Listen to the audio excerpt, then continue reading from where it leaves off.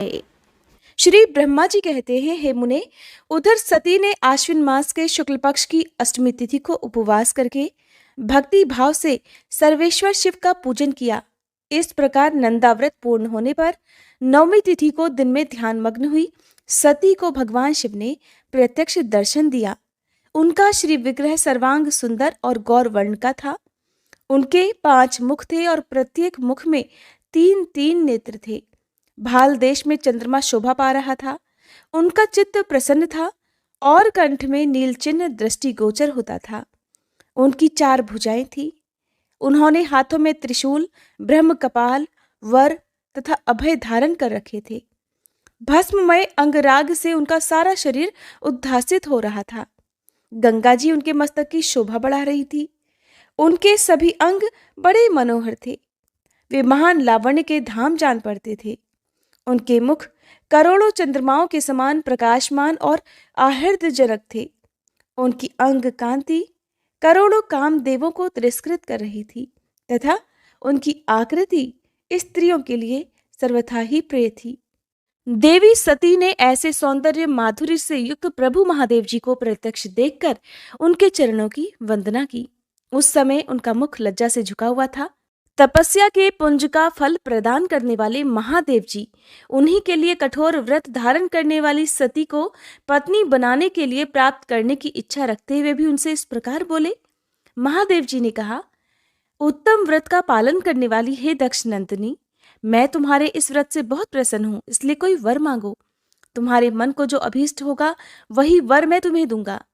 श्री ब्रह्मा जी कहते हैं, हे मुने, जगदीश्वर महादेव जी यद्यपि सती के मनोभाव को जानते थे तो भी उनकी बात सुनने के लिए कहने लगे, देवी कोई वर मांगो। परंतु सती लज्जा के अधीन हो गई थी, इसलिए उनके हृदय में जो बात थी उसे वे स्पष्ट शब्दों में कह न सकी। उनका जो अभीष्ट मनोरथ था वह लज्जा से आच्छादित हो गया। प्राण वल्लभ भगवान शिव का प्रिय वचन सुनकर देवी सती अत्यंत प्रेम में मग्न हो गई। इस बात को जानकर भक्त वत्सल भगवान शंकर बड़े प्रसन्न हुए और शीघ्रता पूर्वक बार बार कहने लगे, देवी वर मांगो, वर मांगो।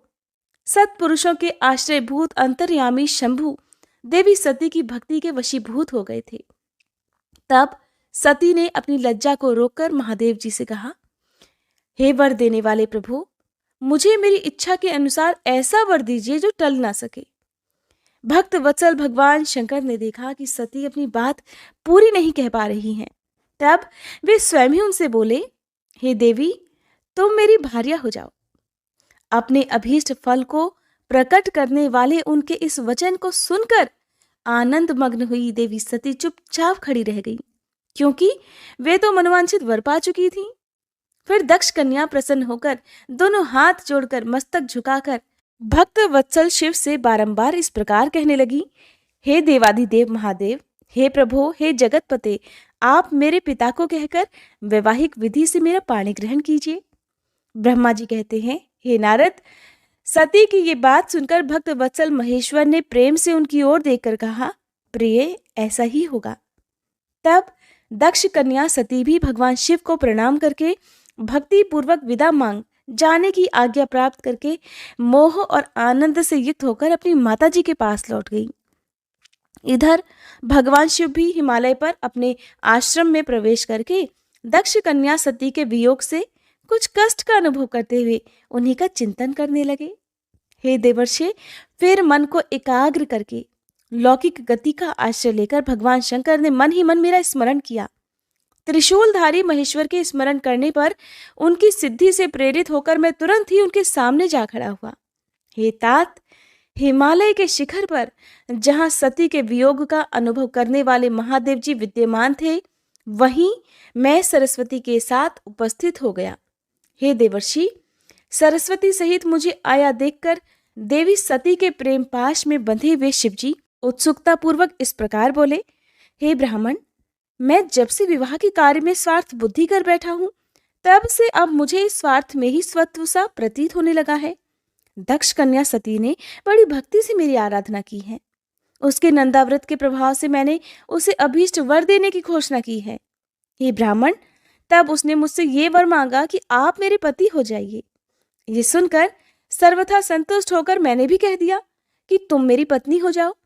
तब दाक्षायणी सती मुझसे इस प्रकार बोली कि हे जगतपते, आप मेरे पिता को सूचित करके वैवाहिक विधि से मुझे ग्रहण कीजिए। हे ब्राह्मण, उसकी भक्ति से संतोष होने के कारण मैंने उसका वह अनुरोध भी स्वीकार कर लिया। विधाता, तब सती अपनी माता के घर चली गई और मैं यहाँ चला आया।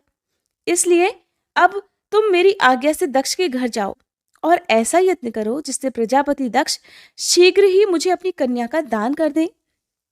उनके इस प्रकार आज्ञा देने पर मैं कृत्य और प्रसन्न हो गया तथा उन भक्त वत्सल विश्वनाथ से इस प्रकार बोला, हे भगवान, हे शंभो, आपने जो कुछ कहा है उस पर भलीभांति विचार करके हम लोगों ने पहले ही उसे सुनिश्चित कर दिया है।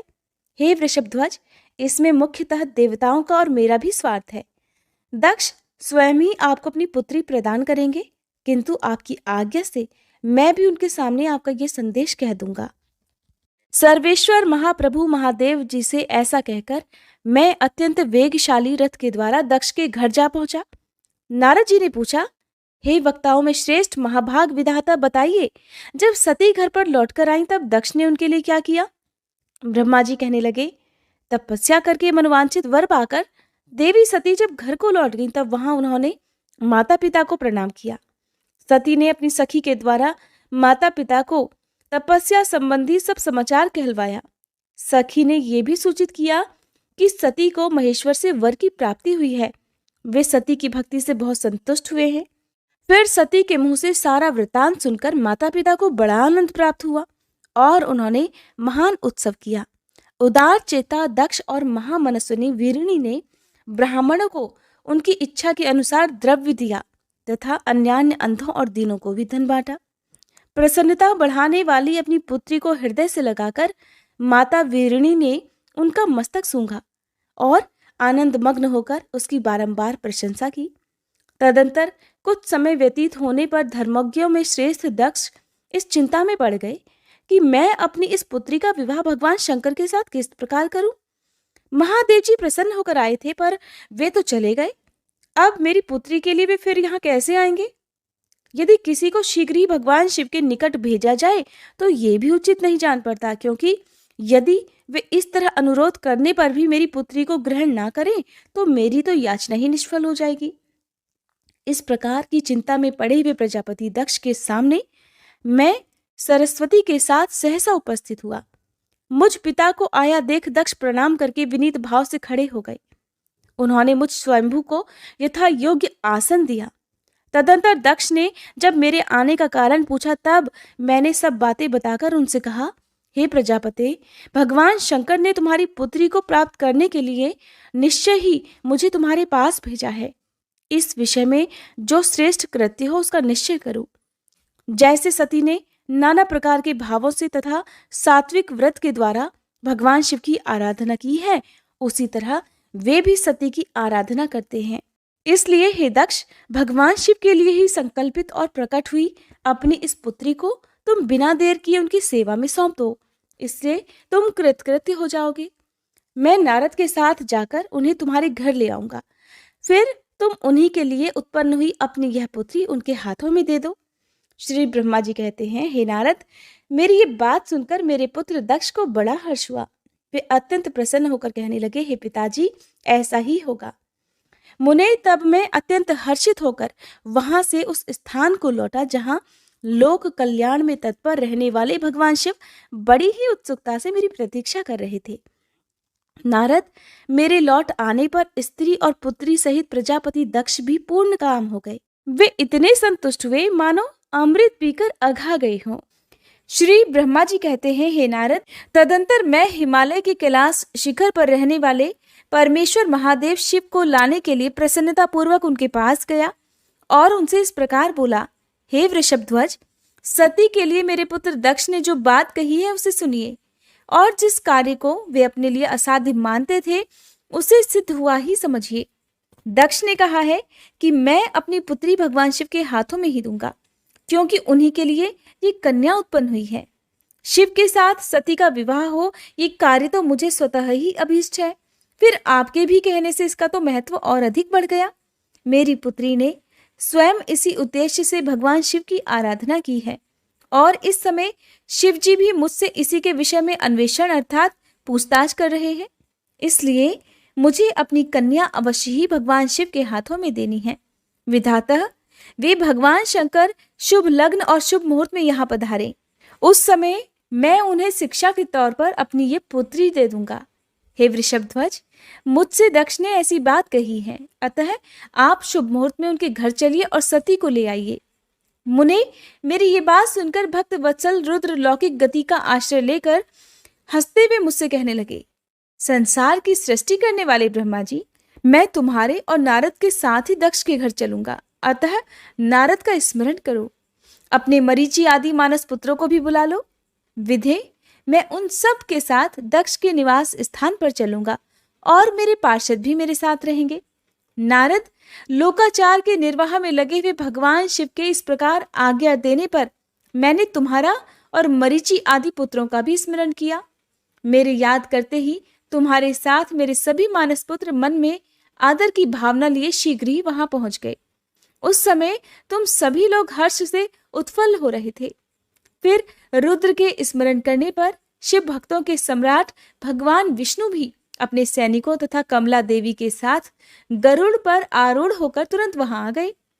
तदंतर चैत्र मास के शुक्ल पक्ष की त्रयोदशी तिथि में रविवार की पूर्वा फाल्गुनी नक्षत्र में मुझ ब्रह्मा और विष्णु आदि समस्त देवताओं के साथ महेश्वर ने विवाह के लिए यात्रा की। मार्ग में उन देवताओं और ऋषियों के साथ यात्रा करते हुए भगवान शंकर बड़ी शोभा पा रहे थे। वहां जाते हुए देवताओं, मुनियों तथा आनंद मग्न मन वाले प्रमथ गणों का रास्ते में बड़ा भारी उत्सव हो रहा था। भगवान शिव की इच्छा से वृषभ, व्याघ्र और सर्प, जटा और चंद्रकला आदि सब के सब उनके लिए यथायोग्य आभूषण बन गए। तदंतर वेग से चलने वाले बलवान बलिवर्द नंदिकेश्वर पर आरूढ़ हुए महादेव जी श्री विष्णु आदि देवताओं को अपने साथ लिए क्षण भर में प्रसन्नता पूर्वक दक्ष के घर जा पहुंचे। वहां विनीत चित्त वाले प्रजापति दक्ष ने समस्त आत्मी जनों के साथ भगवान शिव का आदर सत्कार किया। उस समय उनके समस्त अंगों में हर्ष जनित रोमांच हो आया था। स्वयं दक्ष ने अपने द्वार पर आए हुए समस्त देवताओं का सत्कार किया। वे सब लोग सुरश्रेष्ठ शिव को बिठाकर उनके पार्श्व भाग में स्वयं भी मुनियों के साथ क्रमशः बैठ गए। इसके बाद दक्ष ने मुनियों सहित समस्त देवताओं की परिक्रमा की और उन सब के साथ भगवान शिव को घर के भीतर ले आए। उस समय दक्ष के मन में बड़ी प्रसन्नता थी। उन्होंने सर्वेश्वर शिव को उत्तम आसन देकर स्वयं ही विधि पूर्वक उनका पूजन किया। तत्पश्चात श्री विष्णु का, मेरा, ब्राह्मणों का, देवताओं का और समस्त शिव गणों का भी यथोचित विधि से उत्तम भक्ति भाव के साथ पूजन किया। इस तरह पूजनीय पुरुषों तथा अन्य लोगों सहित उन सबका यथोचित आदर सत्कार करके दक्ष ने मेरे मानसपुत्र मरीचि आदि मुनियों के साथ आवश्यक सलाह की। इसके बाद मेरे पुत्र दक्ष ने मुझ पिता से मेरे चरणों में प्रणाम करके प्रसन्नता पूर्वक कहा कि हे प्रभु, आप ही इस वैवाहिक कार्य को संपन्न कराइए। तब मैं भी हर्ष भरे हृदय से बहुत अच्छा कहकर उठा और वह सारा कार्य कराने लगा। तदंतर ग्रहों के बल से युक्त शुभ लग्न और मुहूर्त में दक्ष ने हर्षपूर्वक अपनी पुत्री सती का हाथ भगवान शंकर के हाथों में दे दिया। उस समय हर्ष से भरे हुए भगवान वृषभध्वज ने भी वैवाहिक विधि से सुंदर दक्ष कन्या का पाणी ग्रहण किया। फिर मैंने, श्री हरि ने, तुम तथा अन्य मुनियों ने, देवताओं और प्रमथ गणों ने भगवान शिव को प्रणाम किया और सब ने नाना प्रकार की स्तुतियों द्वारा उन्हें संतुष्ट किया। उस समय नाच गान के साथ महान उत्सव मनाया गया। समस्त देवताओं और मुनियों को बड़ा आनंद प्राप्त हुआ। भगवान शिव के लिए कन्यादान करके मेरे पुत्र दक्ष कृतार्थ हो गए। शिवा और शिव प्रसन्न हुए तथा सारा संसार मंगल का निकेतन बन गया। श्री ब्रह्मा जी कहते हैं कि हे नारद, कन्यादान करके दक्ष ने भगवान शंकर को नाना प्रकार की वस्तुएं उपहार में दी। ये सब करके वे बड़े प्रसन्न हुए। फिर उन्होंने ब्राह्मणों को भी नाना प्रकार के धन बांटे। तत्पश्चात लक्ष्मी सहित भगवान विष्णु शंभु के पास आकर हाथ जोड़कर खड़े हो गए और इस प्रकार कहने लगे कि देवाधिदेव महादेव, हे दया के सागर प्रभो, हे तात, आप संपूर्ण जगत के पिता हैं और सती देवी सबकी माता हैं। आप दोनों सत्पुरुषों के कल्याण तथा दुष्टों के दमन के लिए सदा लीला पूर्वक अवतार ग्रहण करते हैं। ये सनातन श्रुति का कथन है। आप चिकने नीलांजन के समान शोभा वाली सती के साथ जिस प्रकार शोभा पा रहे हैं, मैं उससे उल्टे लक्ष्मी जी के साथ शोभा पा रहा हूँ। अर्थात सती नीलवर्णा तथा आप गौरवर्ण हैं, उससे उल्टे मैं नीलवर्ण तथा लक्ष्मी गौरवर्णा है। हे नारद, इस प्रकार मैं देवी सती के पास आकर ग्रह सूत्रोक्त विधि से विस्तार पूर्वक सारा अग्नि कार्य कराने लगा। मुझ आचार्य तथा ब्राह्मणों की आज्ञा से शिवा और शिव ने बड़े हर्ष के साथ विधि पूर्वक अग्नि की परिक्रमा की। उस समय वहां बड़ा अद्भुत उत्सव सजाया गया। गाजे बाजे और नृत्य के साथ होने वाला वह उत्सव सबको बड़ा सुखद जान पड़ा। इसके बाद भगवान विष्णु बोले कि हे सदाशिव, मैं आपकी आज्ञा से यहाँ शिव तत्व का वर्णन करता हूँ। समस्त देवता तथा दूसरे दूसरे मुनि अपने मन को एकाग्र करके इस विषय को सुने। हे भगवान, आप प्रधान और अप्रधान अर्थात प्रकृति और उससे अतीत हैं। आपके अनेक भाग हैं, फिर भी आप भाग रहित हैं। ज्योतिर्मय स्वरूप वाले आप परमेश्वर के ही हम तीनों देवता अंश हैं। आप कौन, मैं कौन और ब्रह्मा कौन है? आप परमात्मा के ही ये तीन अंश हैं जो सृष्टि, पालन और संहार करने के कारण एक दूसरे से भिन्न भिन्न प्रतीत होते हैं। आप अपने स्वरूप का चिंतन कीजिए। आपने स्वयं ही लीला पूर्वक शरीर धारण किया है। आप निर्गुण ब्रह्म रूप से एक हैं। आप ही सगुण ब्रह्म हैं और हम ब्रह्मा, विष्णु तथा रुद्र तीनों आपके अंश हैं। जैसे एक ही शरीर के भिन्न भिन्न अवयव मस्तक, ग्रीवा आदि नाम धारण करते हैं, तथापि उस शरीर से भी वे भिन्न नहीं होते, उसी प्रकार हम तीनों अंश आप परमेश्वर के ही अंग हैं, जो ज्योतिर्मय आकाश के समान सर्वव्यापी और निर्लेप स्वयं ही अपना धाम, पुराण, कूटस्थ, अव्यक्त, अनंत, नित्य तथा दीर्घ आदि विशेषणों से रहित निर्विशेष ब्रह्म है। वही आप शिव हैं, अतः आप ही सब कुछ हैं। श्री ब्रह्मा जी कहते हैं, हे मुनीश्वर, भगवान विष्णु की ये बात सुनकर महादेव जी बड़े प्रसन्न हुए। तदंतर उस विवाह यज्ञ के स्वामी अर्थात यजमान परमेश्वर शिव प्रसन्न होकर लौकिकी गति का आश्रय लेकर हाथ जोड़कर खड़े हुए मुझ ब्रह्मा से प्रेम पूर्वक कहने लगे। शिव जी ने कहा, हे ब्राह्मण, आपने सारा वैवाहिक कार्य अच्छी तरह संपन्न करा दिया। अब मैं प्रसन्न हूँ। आप मेरे आचार्य हैं, बताइए आपको क्या दक्षिणा दूं? हे सुरज्येष्ठ, आप उस दक्षिणा को मांगिए। महाभाग, यदि वह अत्यंत दुर्लभ हो तो भी उसे शीघ्र कहिए। मुझे आपके लिए कुछ भी अदेय नहीं है। हे मुने, भगवान शंकर का वह वचन सुनकर मैं हाथ जोड़कर विनीत चित्त से उन्हें बारंबार प्रणाम करके बोला, हे देवेश, यदि आप प्रसन्न हो और महेश्वर, यदि मैं वर पाने के योग्य हूँ तो प्रसन्नता पूर्वक जो बात कहता हूँ उसे आप पूर्ण कर दीजिए। महादेव, आप इसी रूप में इसी वेदी पर सदा विराजमान रहें, जिससे आपके दर्शन से मनुष्यों के पाप धुल जाएं। हे चंद्रशेखर, आपका सानिध्य होने से मैं इस वेदी के समीप आश्रम बनाकर तपस्या करूं और यही मेरी अभिलाषा है। चैत्र के शुक्ल पक्ष की त्रयोदशी को पूर्वा फाल्गुनी नक्षत्र में रविवार के दिन इस भूतल पर जो मनुष्य भक्ति भाव से आपका दर्शन करे, उसके सारे पाप तत्काल नष्ट हो जाएं, विपुल पुण्य की वृद्धि हो और समस्त रोगों का सर्वथा नाश हो जाए। जो नारी दुर्भागा, बंध्या, कानी अथवा रूपहीना हो, वह भी आपके दर्शन मात्र से ही अवश्य निर्दोष हो जाए। मेरी यह बात उनकी आत्मा को सुख देने वाली थी। इसे सुनकर भगवान शिव ने बड़े प्रसन्न होकर कहा, हे विधाता, ऐसा ही होगा। मैं तुम्हारे कहने से संपूर्ण जगत के हित के लिए अपनी पत्नी सती के साथ इसी वेदी पर सुस्थिर भाव से स्थित रहूंगा। ऐसा कहकर पत्नी सहित भगवान शिव अपनी अंश रूपिणी मूर्ति को प्रकट करके वेदी के मध्य भाग में विराजमान हो गए। तत्पश्चात स्वजनों पर स्नेह रखने वाले परमेश्वर शंकर दक्ष से विदा लेकर अपनी पत्नी सती के साथ कैलाश जाने को तैयार हुए। उस समय उत्तम बुद्धि वाले दक्ष ने विनय से मस्तक झुकाकर हाथ जोड़कर भगवान वृषभध्वज की प्रेम पूर्वक स्तुति की। फिर श्री विष्णु आदि समस्त देवताओं, मुनियों और शिवगणों ने नमस्कार पूर्वक नाना प्रकार की स्तुति करके बड़े आनंद से जय जयकार किया। तदंतर दक्ष की आज्ञा से भगवान शिव ने प्रसन्नता पूर्वक सती को वृषभ की पीठ पर बिठाया और स्वयं भी उसी पर आरूढ़ होकर वे प्रभु हिमालय पर्वत की ओर चले।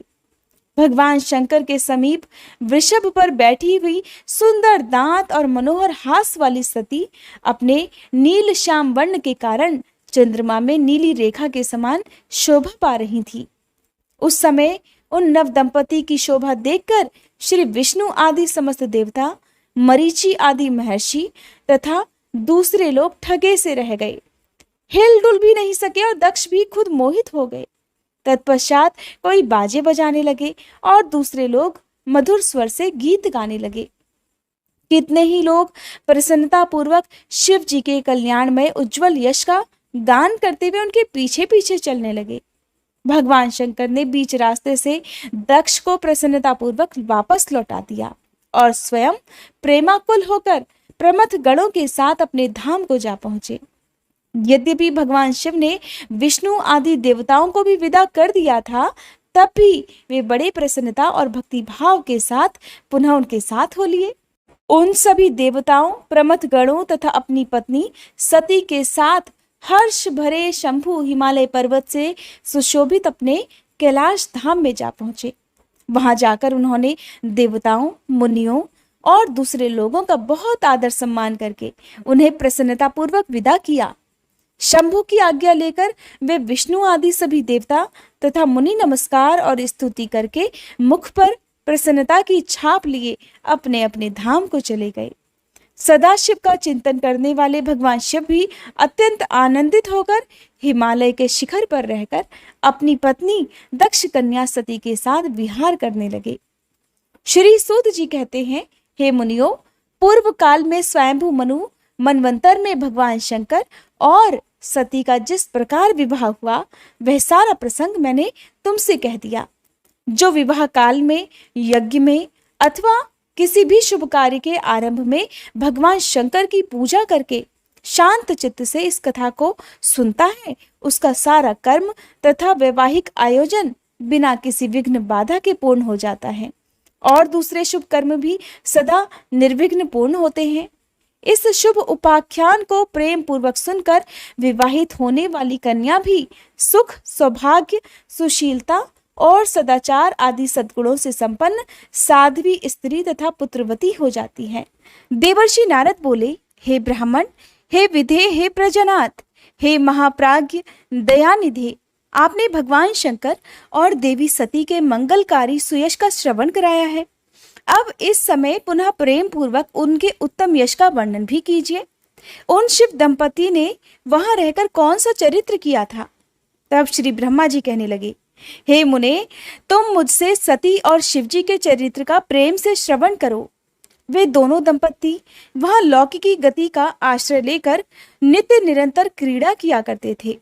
तदंतर महादेवी सती को अपने पति शंकर का वियोग प्राप्त हुआ, ऐसा कुछ श्रेष्ठ बुद्धिमान वाले विद्वानों का कथन है। परंतु हे मुने, वास्तव में उन दोनों का परस्पर वियोग कैसे हो सकता है? क्योंकि वे दोनों वाणी और अर्थ के समान एक दूसरे से सदा मिले जुले हैं, शक्ति और शक्तिमान हैं तथा चित स्वरूप हैं।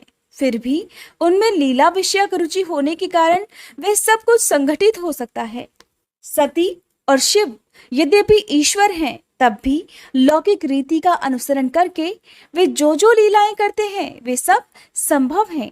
दक्ष कन्या सती ने जब देखा कि मेरे पति ने मुझे त्याग दिया है, तब वे अपने पिता दक्ष के यज्ञ में गई और वहां भगवान शंकर का अनादर देखकर उन्होंने अपने शरीर को त्याग दिया।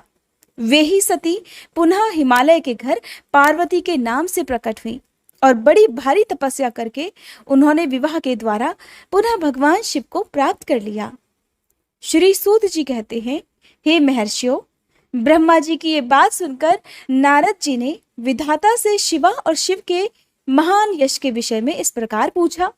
देवर्षि नारद बोले, हे महाभाग विष्णु शिष्य, हे विधाता, आप मुझे शिवा और शिव के भाव तथा आचार से संबंध रखने वाले उनके चरित्र को विस्तार पूर्वक सुनाइए। हे तात, भगवान शंकर ने अपने प्राणों से भी प्यारी धर्मपत्नी सती का किस लिए त्याग किया? ये घटना तो मुझे बड़ी विचित्र जान पड़ती है, अतः इसे आप अवश्य कहिए।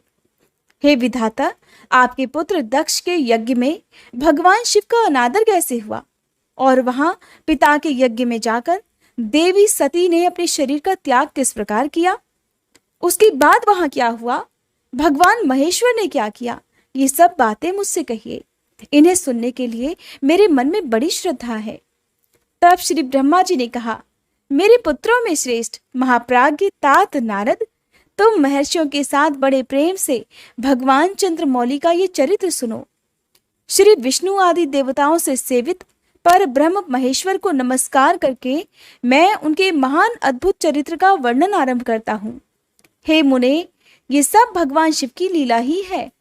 वे प्रभु तो अनेक प्रकार की लीलाएं करने वाले स्वतंत्र और निर्विकार हैं। देवी सती भी वैसी ही हैं। अन्यथा वैसा कर्म करने में भला कौन समर्थ हो सकता है? परमेश्वर शिव ही परब्रह्म परमात्मा है। एक समय की बात है, तीनों लोकों में विचरने वाले लीला विशारद भगवान रुद्र सती के साथ बैल पर आरूढ़ होकर इस भूतल पर भ्रमण कर रहे थे। घूमते घूमते वे दंडकारण्य में आ गए। वहां उन्होंने लक्ष्मण सहित भगवान श्री राम को देखा, जो कि रावण द्वारा छल पूर्वक हरी गई अपनी प्यारी पत्नी सीता को खोज रहे थे। वे हाय सीते ऐसा उच्च स्वर से पुकारते, जहां तहां देखते और बारंबार रो रहे थे। उनके मन में विरह का आवेश छा गया था। सूर्य वंश में उत्पन्न वीर भूपाल दशरथ नंदन श्री राम आनंद रहित होकर लक्ष्मण के साथ वन में भ्रमण कर रहे थे और उनकी कांति फीकी पड़ गई थी। उस समय उदार चेता पूर्णकाम भगवान शंकर ने बड़ी प्रसन्नता के साथ उन्हें प्रणाम किया और जय जयकार करके वे दूसरी ओर चल दिए। भक्त वत्सल शंकर ने उस वन में श्री राम के सामने अपने को प्रकट नहीं किया। भगवान शिव की मोह में डालने वाली ऐसी लीला देखकर देवी सती को बड़ा विस्मय हुआ। वे उनकी माया से मोहित होकर उनसे इस प्रकार कहने लगी। देवी सती ने कहा, हे देवाधिदेव, हे सर्वेश, पर ब्रह्म परमेश्वर ब्रह्मा विष्णु आदि सब देवता आपकी ही सदा सेवा किया करते हैं। आप ही सबके द्वारा प्रणाम करने योग्य हैं। सबको आपका ही सर्वदा सेवन और ध्यान करना चाहिए। वेदांत शास्त्र के द्वारा यत्न पूर्वक जानने योग्य निर्विकार परम प्रभु आप ही हैं। हे नाथ, ये दोनों पुरुष कौन हैं? इनकी आकृति विरह व्यथा से व्याकुल दिखाई देती है और ये दोनों धनुर्धर वीर वन में विचरते हुए क्लेश के भागी और दीन हो रहे हैं। इनमें जो ज्येष्ठ है उसकी अंग कांति नील कमल के समान श्याम है। उसे देखकर किस कारण से आप आनंद विभोर हो उठे थे? आपका चित्त क्यों अत्यंत प्रसन्न हो गया था? आप इस समय भक्त के समान विनम्र क्यों हो गए थे? हे स्वामिन, हे कल्याणकारी शिव, आप मेरे संशय को सुनिए। हे प्रभो, सेव्य स्वामी अपने सेवक को प्रणाम करे, ये उचित नहीं जान पड़ता। तब ब्रह्मा जी कहते हैं, हे नारद, कल्याणमयी परमेश्वरी आदिशक्ति देवी सती ने शिव जी की माया के वशीभूत होकर जब भगवान शिव से इस प्रकार प्रश्न किया, तब सती जी की वह बात सुनकर लीला विशारद परमेश्वर शंकर हंसकर उनसे इस प्रकार कहने लगे, देवी सुनो, मैं प्रसन्नता पूर्वक यथार्थ बात कहता हूं, इसमें छल नहीं है। वरदान के प्रभाव से ही मैंने इन्हें आदर पूर्वक प्रणाम किया है। हे प्रिय, ये दोनों भाई वीरों द्वारा सम्मानित हैं। इनके नाम है श्री राम और लक्ष्मण। इनका प्राकट्य सूर्य वंश में हुआ है। ये दोनों राजा दशरथ के विद्वान पुत्र हैं। इनमें जो गोरे रंग के छोटे बंधु हैं वे साक्षात शेष के अंश हैं। उनका नाम लक्ष्मण है और इनके बड़े भैया का नाम श्री राम है। इनके रूप में भगवान विष्णु ही अपने संपूर्ण अंश से प्रकट हुए हैं। उपद्रव इनसे सदा दूर रहते हैं। ये साधु पुरुषों की रक्षा और हम लोगों के कल्याण के लिए इस पृथ्वी पर अवतीर्ण हुए हैं। ऐसा कहकर सृष्टिकर्ता भगवान शंभु शांत हो गए। भगवान शिव की ऐसी बात सुनकर भी सती के मन को इस पर विश्वास नहीं हुआ। क्यों न हो, भगवान शिव की माया बड़ी प्रबल है और वह संपूर्ण त्रिलोकी को मोह में डाल देने वाली है। सती के मन में मेरी बात पर विश्वास नहीं है, ये जानकर लीला विशारद प्रभु सनातन शंभु यों बोले, देवी मेरी बात सुनो। यदि तुम्हारे मन में मेरे कथन पर विश्वास ही नहीं है तो तुम वहां जाकर अपनी ही बुद्धि से श्री राम की परीक्षा कर लो। हे प्यारी सती, जिस प्रकार तुम्हारा मोह या भ्रम नष्ट हो जाए तुम वो करो। तुम वहां जाकर परीक्षा लो। तब तक मैं इस बरगद के नीचे खड़ा हुआ हूँ। ब्रह्मा जी कहते हैं, हे नारद, भगवान शिव की आज्ञा से ईश्वरी सती वहां गई और मन ही मन ये सोचने लगी कि मैं वनचारी राम की परीक्षा कैसे लूं। अच्छा, मैं सीता का रूप धारण करके राम के पास चलूं। यदि राम साक्षात विष्णु है तब तो सब कुछ जान लेंगे, अन्यथा वे मुझे नहीं पहचानेंगे। ऐसा विचार सती सीता बनकर श्री राम के समीप उनकी परीक्षा लेने के लिए गई। वास्तव में वे मोह में पड़ गई थी। सती को सीता के रूप में सामने आई देख शिव शिव का जाप करते हुए रघुकुल नंदन श्री राम सब कुछ जान गए और हंसते हुए उन्हें नमस्कार करके बोले, सती जी आपको नमस्कार है। आप प्रेम पूर्वक बताएं, भगवान शंभु कहाँ गए हैं? आप पति के बिना अकेले ही इस वन में क्यों कर आई? देवी, आपने अपना रूप त्याग कर किसके लिए ये नूतन रूप धारण किया है? मुझ पर कृपा करके इसका कारण बताइए। श्री रामचंद्र जी की बात सुनकर सती जी उस समय आश्चर्यचकित हो गईं। वे शिव जी की कही हुई बात का स्मरण करके उसे यथार्थ समझकर बहुत लज्जित हुई। श्री राम को साक्षात विष्णु जान अपने रूप को प्रकट करके मन ही मन भगवान शिव के चरणार बिंदों का चिंतन कर प्रसन्न हुई सती ने उनसे इस प्रकार कहा, हे रघुनंदन, स्वतंत्र परमेश्वर भगवान शिव मेरे तथा अपने पार्षदों के साथ पृथ्वी पर भ्रमण करते हुए इस वन में आ गए थे। यहाँ उन्होंने सीता की खोज में लगे हुए लक्ष्मण सहित तुम्हें देखा। उस समय सीता के लिए तुम्हारे मन में बड़ा क्लेश था और तुम विरह शोक से पीड़ित दिखाई देते थे। उस अवस्था में तुम्हें प्रणाम करके वे चले गए और उस वट वृक्ष के नीचे अभी भी खड़े हैं। भगवान शिव बड़े आनंद के साथ तुम्हारे वैष्णव रूप की उत्कृष्ट महिमा का गान कर रहे थे। यद्यपि उन्होंने तुम्हें चतुर्भुज विष्णु के रूप में नहीं देखा, तो भी तुम्हारा दर्शन करते ही आनंद विभोर हो गए। इस निर्मल रूप की ओर देखते हुए उन्हें बड़ा आनंद प्राप्त हुआ। इस विषय में मेरे पूछने पर भगवान शंभु ने जो बात कही उसे सुनकर मेरे मन में तो भ्रम उत्पन्न हो गया। अतः हे राघवेंद्र, मैंने उनकी आज्ञा लेकर तुम्हारी परीक्षा ली है। हे श्री राम, अब मुझे ज्ञात हो गया है कि तुम साक्षात विष्णु हो। तुम्हारी सारी प्रभुता मैंने अपनी आंखों से देख ली।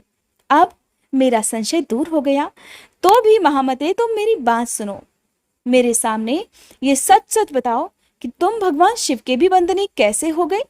मेरे मन में यही एक संदेह, इसे निकाल दो और शीघ्र ही मुझे पूर्ण शांति प्रदान करो। देवी सती के ये वचन सुनकर श्री राम के नेत्र प्रफुल्ल कमल के समान खिल उठे। उन्होंने मन ही मन अपने प्रभु भगवान शिव का स्मरण किया। इससे उनके हृदय में प्रेम की बाढ़ आ गई। मुने आज्ञा न होने के कारण वे सती के साथ भगवान शिव के निकट नहीं गए और मन ही मन उनकी महिमा का वर्णन करके श्री रघुनाथ जी ने देवी सती से कहना प्रारंभ किया।